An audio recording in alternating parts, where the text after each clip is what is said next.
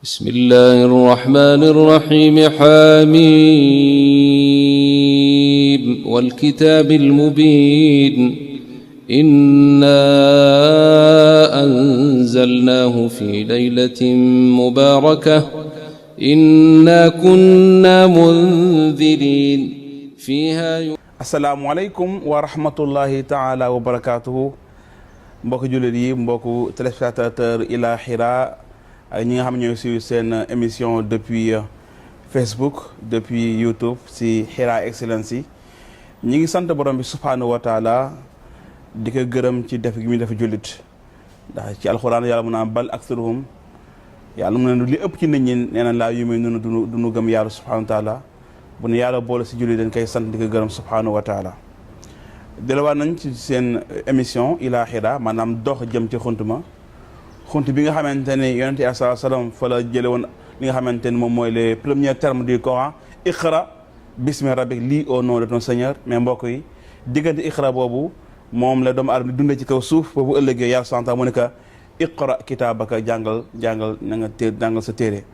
maanaam diggante boobu nag yàlla jàngaloon Muhammadul Amin ba téere bi mat ak diggante bi nga xam ne si ngay dund ba sa dund jeex ak ba yàlla santa di la wax ne iqra kitaabaka loolu lu gàtt la. loolu moo tax nag émission Ila Hira ñëw pour toujours di fàttali doomu aadama bi dundam googu muy dund yàlla subhanahu wa taala tënkal na ko ba moom lépp lu mu war a def yàlla subhanahu wa taala mi ngi koy wax ci alxuraan karim. Cheikh Tahir Fall Ila Hira commencé waat na tey gannaaw ba nga nuyoo lan nga jàpp ni moom nga ñuy jox comme dars tey. waaw alhamdulilahi rabbil alamin wasalaatu wasalaamu ala rasulillah mbokk yi asalaamaaleykum wa rahmatullahi wa barakatuhu ñu ngi nuyu mbokk yi téléspectateur TFM religion particulièrement ñi nga xam ne dañuy suivre émission Ila Hira ci réseau yeeg ci télévision ak fépp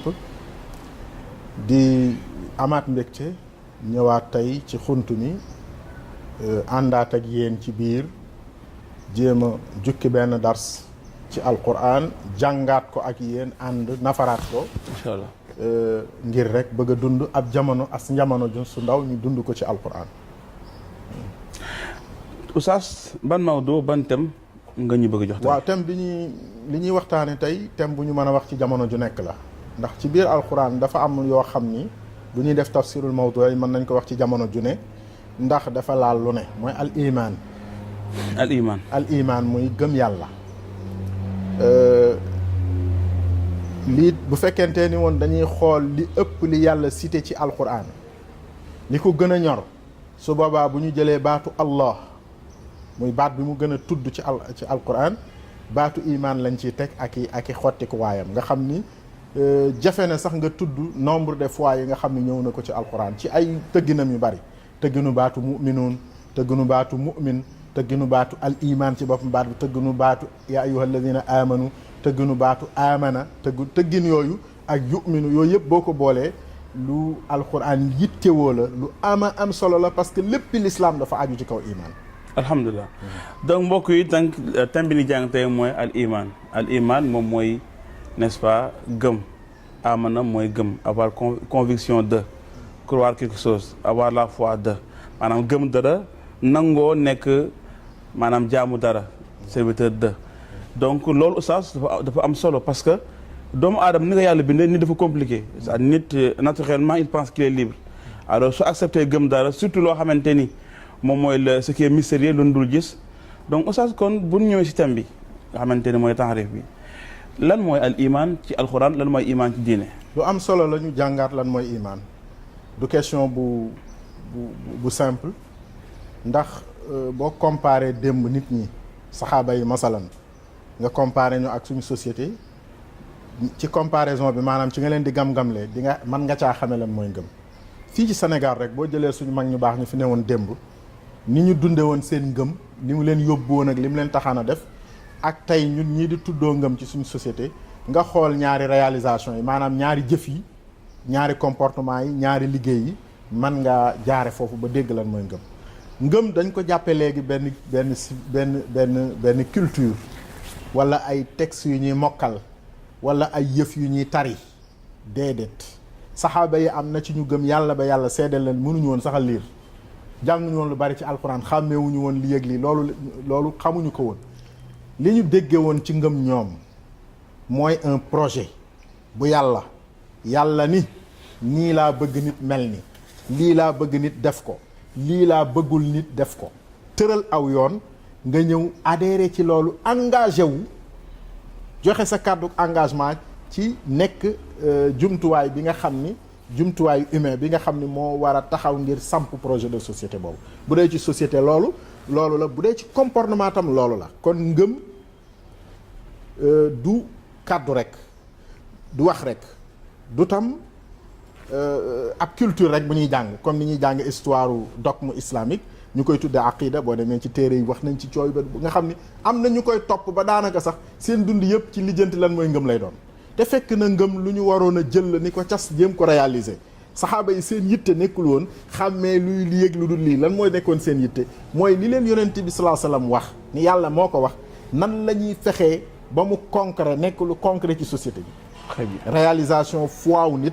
jëmmal ko ba mu nekk lu concret ci société bi. loolu bu ñu dee définir ak ngëm dañuy dellu siwaat foofu donc ngëm mooy lu nekk ci biir xolu nit ki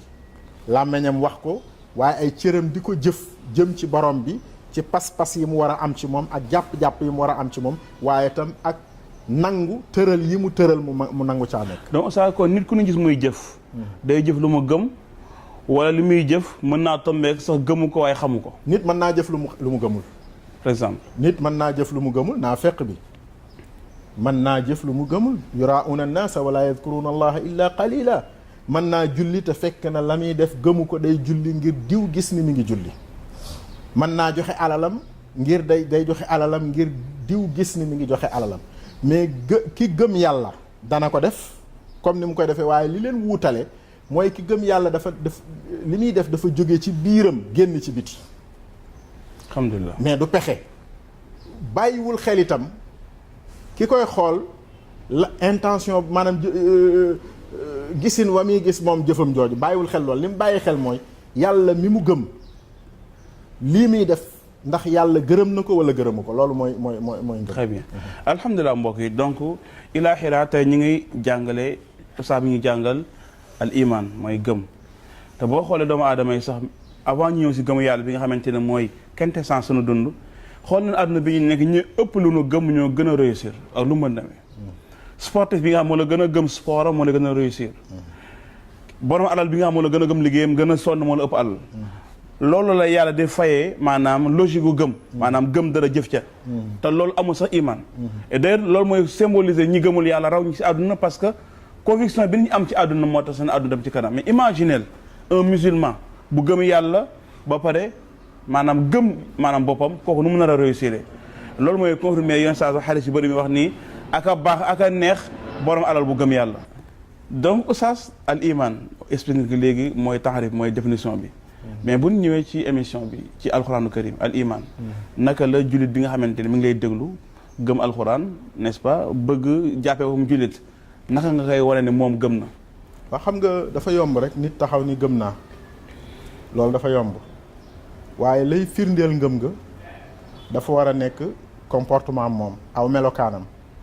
dafa war a feeñ ci environnement am dafa war a feeñ ci léppam fii ak ngëm gi nag àggul ci mu nekk lu feeñ ci jëmmam feeñ ci entourage am feeñ ci environnement am su boobaa dafay wax te man nii lañ koy tuddee day mébét day gént day rêver waaye gëmagul. très bien ku gëm bu gëm gi dee dëgg ci yow dana feeñ ci sa comportement feeñ ci sa waxin feeñ ci sa defin boo duggee ci néeg sax na ngay nekk ci néeg ba ku ñëw ci néeg bi dana xam ni ku gëm yàlla moo nekk ci néeg bi am na benn émission bu ñu tudd ni su nit gëmoon yàlla mbedd mi du salte ndax yonent bi sallallahu alayhi wasallam nee na salte bi nekk ci mbedd mi nit romb ko fa bañ ko faa jëlee waxuma indi ko fa de mais romb ko fa bañ ko faa jëlee nee na loolu mooy daraja bi gën a suufe ci darajay ngëm kon bu nit gëmoon yàlla bu ñu gëmoon yàlla ñun mbedd mi du salte très bien suñu gëmoon yàlla désert du am kon ngëm boo ko xoolee ci individu bi mooy ubbi bunt yi bari ci moom benn nit bala ngaa am personnalité bi nga war a am comme nit teraanga ji la yàlla jox xéewali yàlla def ci yow melokaan wu rafet wi yàlla jox ci yow bala ngaa retrouver woog loolu yépp nekk fi yow nga moom ko mën koo dunde ci àddina il faut nga nekk ku gëm yàlla laqad xalaqna al insana fi ahsani taqwimin thumma radadnahu asfala safilina lu ci topp illa alladina amanu maanaam nit maa koy yëkkati bind ko ci anam gi gën a rafet waaye maa ko mën a daaneel wàcce ko ba mu gën a suufe lépp luy suufe ki génn ci loolu ki nga xam ni moom yàlla du ko wàcce day nekk ci ahsana taqwim ci rafetam boobu lay continuer di nekk mooy illa alladina amanu lu dul ñi gëm yàlla. kon boo gëmee yàlla dëgg-dëgg personnalité nit ak faculté don yi ak talent yi yàlla def ci nit yëpp dafay nekk ci yow te dara du ko yàq. kon benn ngoog ci luy wane gëmug nit ki su nit ki gëmee yàlla alquran dafay mën a yëngal xolom koo xam ne alquran du la daaneel. mais oustaz Sénégal lam daal bi comprendre alquran mu nekk ay arab te déggul arab mais naka la koy daanele. déedéet alquran téere la bu boole ñaar téere la bu boole rafet ak wér kàddu gu rafet nag jarul nga dégg ko xale bi déglu Bob Marley déggul anglais mais da koy déglu kontaan ci nga gis sax ku ciy jooy te xamul li muy wax moom pour moom kàddu gi dafa rafet ci moom am na ay idéo yu nekk ci boppam moo ko yóbbu foofu. alquran du ñu xaar nga dégg li ci biir mu doog laa daaneel jëmmi kàddu yàlla gi ñuy jàng boo ko déggee rafetaayu wax ji dafa war a mën a yëngal xolub képp ku gëm. innama almuminuuna alladina ida dukira allah wajilat qulubuhum wa ida tuliyat alayhim ayatuhu zaadathum imanan wa ala rabbihim yatawakkaluun ñi gëm yàlla dëgg-dëgg mooy ñi nga xam ne buñ tuddee yàlla rek seen xol yi day yëngutu dañuy daanu suñu jàngee aaya yàlla yi loolu da leen di yokku ngëm. kon nit bu demee ba baatub yàlla turu yàlla wala njàng alquran mënta def benn effet ci xolam bu boobaa na tuumaal boppam xam ni dafa war a faju ji am na feebar. nit su demee itam ba mënta jariñoo misaali yàlla yi yàlla day joxe misaal ci lu ne bu tawee misaal la bu naajee misaal la lépp yàlla daf ci joxe ay misaal yàlla nee na misaal yooyu ku gëm yàlla rek yaa koy jariñoo. inna allaha la yastaxyi an yadriba masalan ma ba'udatan fa ma fawqaha fa amma alladina amanu fa ya'lamuuna annahu alxaqu min rabbihim. yàlla ni rusuma man yàlla di joxe misaal ci yoo xoolal yoo ni mu tuutee mais yàlla da lay jox misaal ci kattanam ci mboolem bindeefam yi. bu fekkee nag yow da ngaa nekk koo xam ne amoo ngëm da nga naan mais ñun ñu ngi lijjanti ay problème économique ñu ngi lijjanti ay problème sàngam ñu ngi ñëw di ñu wax ay yoo c'est des futilités ça. bien sûr yàlla ni déedéet ki gëm yàlla moom day xam ni misaal mi taxu koo jóg la ca gannaaw misaal mi moo ko tax a jóg fa amma alladina amanu fa ya'lamuuna annahu alxaqu min rabbihim wa amma alladina kafaru fa yaquluuna maada arada allahu bi hada masalan yudillu bihi kathiran wa yahdi bihi kathiran wa ma yudillu bihi illa alfasiqin. kon gis nga jariñoo aaya yàlla yi jariñooy aaya yàlla rek dafay wone ni nit dafa gëm yàlla waaye tam nit bu bëggul xam-xam gëmul. nit su gëmee yàlla dafay bëgg xam-xam comme yow boo gëmoon ni da ngaa bëgg a dem Amérique day bokk ci sa liy firnde ni da ngaa bëgg a dem Amérique nga lijjanti fan la ambassade Amérique nekk nan la ñuy amee visa yan dossier ngay war a fournir. lan la ñuy bañ pour doo am loo xam ne boo ko defee doo dem ak loo xam boo ko defee mën na laa dimbali ba nga mën a am visa noonu nga koy lijjante loo bëgg a def ci àddina moyens yi tax nga mën koo def da nga koy lijjanti. très bien ngëm tam bu fekkee nit ki gëm na yàlla xam-xamu diine daf koy ñor moo tax boo demee ci suuratu tawba maa kaana al mu'minuuna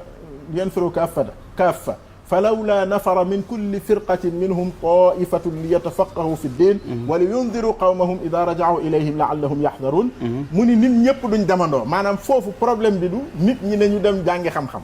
problème bi mooy yàlla dafa gis ni ñi gëmoon yàlla ñëpp bëgg a demandoo ci yonent bi jàngi mu ni déedéet organiser leen ko ne ñenn ñi toog seen i dëkk ñenn ñi dem jàngi ay bu ñu amaatoon loolu ñun problème bi ñu am mooy ñëpp kenn bëggut a dem. c'est le contraire alors. c'est le contraire démb nag. ñëpp bëggoon dem ñëpp bëggoon a dem jàngi ji ci yonent bi parce que gëm nañu yàlla te bëgg nañoo xam yàlla yàlla ni déedéet yéen ñëpp mën leen a dem na kuréel bu nekk ci yéen na ci am benn kuréel des représentants falawlaa nafara min kulli firqatin minhum ta'ifatun benn kuréel bu ñu tànn ñoo xam ne dañuy dem ci kanam yonent bi toog fa li yatafaqahu fi diin bu ñu delloo wala yunziru qawmahum idaa raja'u ilayhim la'allahum yahzaruun suñu delloo mën a waar nag ña nga xam ne ñoom lañ fa fekk jàngal leen yoon wi kon danañu gis rapportu ngëm fii ak xam-xam bokk na ci suñuy feebar ñun ñàkk fonk xam-xam ci wàllu diine ak ci wàllu àddina domaine yëpp da ngay gis ni fonkuñu xam-xam ni ñu ko war a xam booy tabax fi nga war a jaar pour tabax ba aw yoon ci architecte ba booy defar lépp lu ñuy defar da ngay gis lu ñuy def lu ci bari li cay gis di ko defar di ci defaat ay njuumte dafa bari xam-xamu diine nag taxul ñuy wax moom xam-xamu diine moom ci Sénégal ni ko mag ñi daan fonke di gàddaay di dem ci ay barab toog ab diir di jàng ay téere di dund gu karaj di muñ àddina fàtte ko di diir bu yàgg ba sa sëriñ kaalaal la boppam xam ni yow am nga xam-xam loolu daanaka schéma boobu amatul léegi li am mooy jàng ba mën a làkk tuuti arab rek xaw a dëgër fi tuuti dem sa yoon alhamdulilah rabbil alamin donc gis ngeen ne mbokk yi oustaz mi ngi expliquer que bokk na ci outils yi yombal nit ki mu gëm yàlla mooy xam-xam ou bien signes yi war a nit ki maanaam am na ngëm yàlla fekk sa njëlbeen wutoon na xam-xam kon ñu bàyyi xel bu baax ko ndeke bokk na ci gëm dara maanaam xam loolu nga gëm boo nee musulman nga mais foog nga xam lan mooy musulman foog nga xam lan mooy islam boo nee islam la foog nga xam lan mooy alxuraan bu dee alxuraan foog nga xam nooy jàngi alxuraan noo koy mokkalee noo koy firee noo koy jëfee mais je pense que mbokk yi d'après Oustaz lu mu explique al iman mais ay chantier yoo xamante ni yu énorme la yoo xamante ne gur gu nekk na suñu kanam mooy waar wu nu war a bay ngir jubóog suñu borom subhanahu wa taala te li ñu seetlu malheureusement mooy on perd beaucoup de temps mbokk yi on pense que on est musulman tout court nga xamante ne on perd beaucoup de temps defuñu effort jàngi kenn ku nekk wut nga ci koo wéeru yaakaar ne moo war a say mbir alors que kenn ku nekk dafa waroon concentré wu xam boromam maanaam laataa muy jaam boromam kon oustaz gis ngoon iman lu sérieux la mais oustaz sànq yaa ngi doon iman ci nit ki en tant que tel l'individu moo war a jàng war a xam individu bi ni mu war a comprendre mais boo xoolee l'individu il vit pas seul il vit en société mais moom naka la koy impact moom nan lay impacté imaanam ci société bi ou bien société bi nan la koy influencé ci imaanam boobu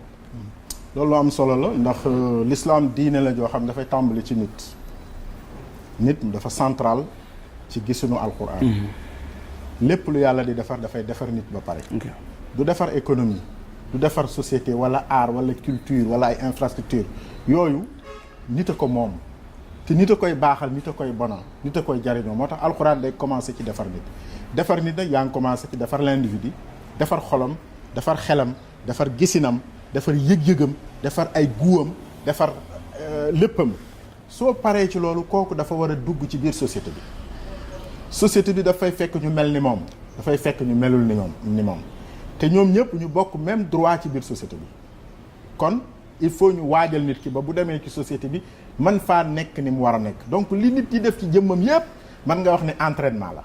match bi mooy la vie active de la société boo duggee ci biir société bi boo fa nekkee ku gëm nga mais su fekkee da ngaa nekk ku gëm ci sa roq waaye boo demee ci société bi doo gëm kon yow ngëm googu dëgërut biir société bi yàlla lim ñu njëkk a sant bi ñu ko gën a kii mooy lii dajale jullit ñi masalan bi muy wax ak ñun ci jàkka daf ni jàkka mooy lieu de rencontre bi jullit ñi di daje suñu fa dajee ka xam dana fa xamal ki xam ki man dimbali fa ki manul nit ñi wettilante fa waaye cohésion sociale bi maanaam ànd gi war a am ci société bi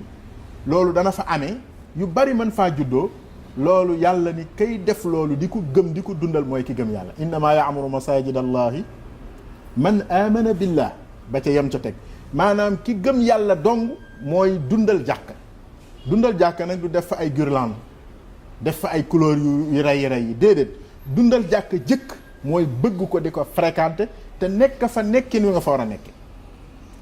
waxuma ñëw fa pour xëccoo ndax jàkka place la bu nit ñi daje yonent bi sallallahu alayhi wasallam nee na boo dajee nit ci jàkka ji sax waatal ni ku gëm yàlla la boo dajee nit ci jàkka ji moo tax yi gën a doy waar ci àddina mooy nga dem ci jàkka fekk ñaar ñuy xuloo ca jàkka ja di werante yi gën a doy waar. la contradiction la alors. ëpp na contradiction biram fi nit ñi war a sete bu ñu fa taqee fu ñuy sete fi nit ñi war a defaroo.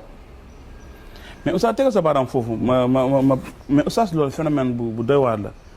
rawatina Sénégal problème yi am si biir jàkka yi j'insiste pourquoi parce que point boo xam ne mais lan moo koy waral maanaam la logique parce que bu islam proposé ay solution mun a jàkka ji dañ ciy dalee jàkka ji dañuy concentré wu ba pare mun a nit ñi nanoon tànn imam ni